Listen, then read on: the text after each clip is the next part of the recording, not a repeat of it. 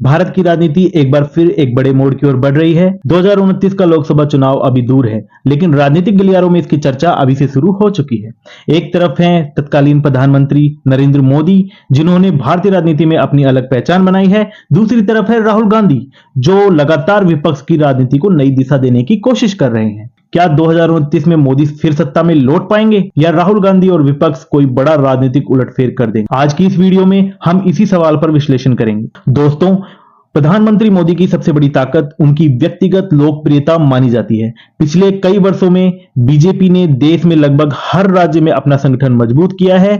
मोदी सरकार अपनी उपलब्धियों के रूप में infrastructure, digital India, highway, railway और कई कल्याणकारी योजनाओं को सामने रखती है। बीजेपी समर्थकों का मानना है कि मोदी आज भी देश के सबसे लोकप्रिय नेताओं में से एक है।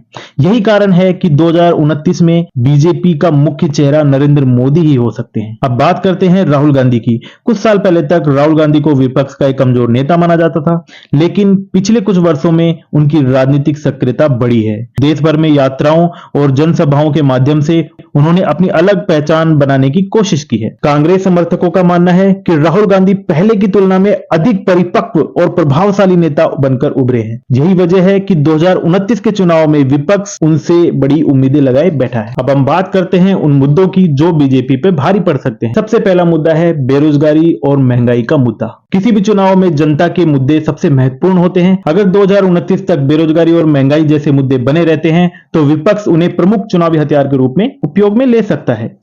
वहीं यदि सरकार आर्थिक विकास, रोजगार और निवेश के क्षेत्र में बेहतर प्रदर्शन कर पाती है तो उसका फायदा सीधा बीजेपी को मिल सकता है। इसीलिए आर्थिक मुद्दे चुनावी नतीजों पर बड़ा असर डाल सकते हैं। अब हम आते हैं दूसरे मुद्दे पे, युवाओं का वोट किसके साथ होगा? भारत दुनिया के सबसे युवा देशों में से एक है। 2029 तक करोड़ों नए युवा मतदाता वोट डालने वाले होंगे। युवाओं के लिए रोजगार, शिक्षा, स्टार्टअप और डिजिटल अवसर बड़े मुद्दे होंगे। जो पार्टी युवाओं के बेहतर भविष्य को भरोसा दिला पाएगी, उसे चुनाव में बड़ा लाभ मिल सकता है। दोस्तों, 2026 में दिल्ली के जंतर मंतर पर हुआ एक बड़ा युवा आंदोलन देश भर में चर्चा का विषय बन गया है। कोकरोच जनता पार्टी के नाम से शुरू हुआ यह आंदोलन सोशल मीडिया से निकलकर सड़कों तक पहुंच गया है। हजारों छात्र व बेरोजगार युवा जंतर मंतर पर इकट्ठा हुए।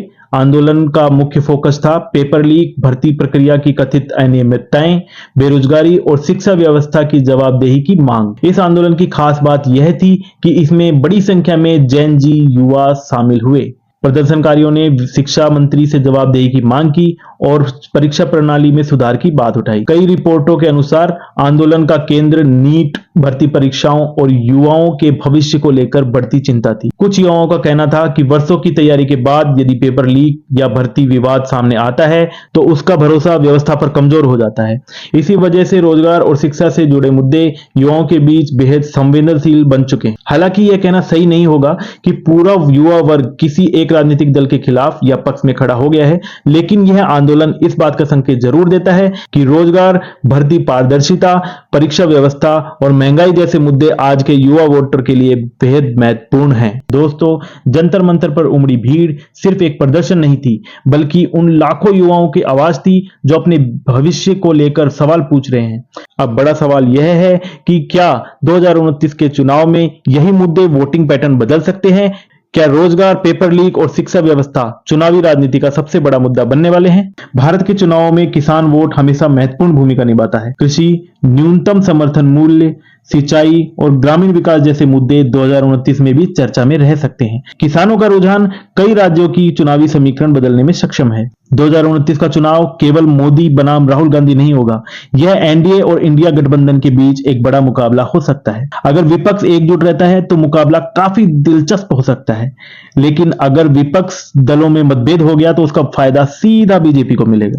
और अब सबसे बड़ा सवाल, क्या नरेंद्र मोदी एक बार फिर प्रधानमंत्री बनेंगे या राहुल गांधी इतिहास रचते हुए सत्ता तक पहुंचेंगे? सच्चाई यह है कि अभी किसी भी नतीजे पर पहुंचना संभव नहीं है। 2029 तक देश की राजनीति, अर्थव्यवस्था और जनमत में कई बदलाव आ सकते हैं।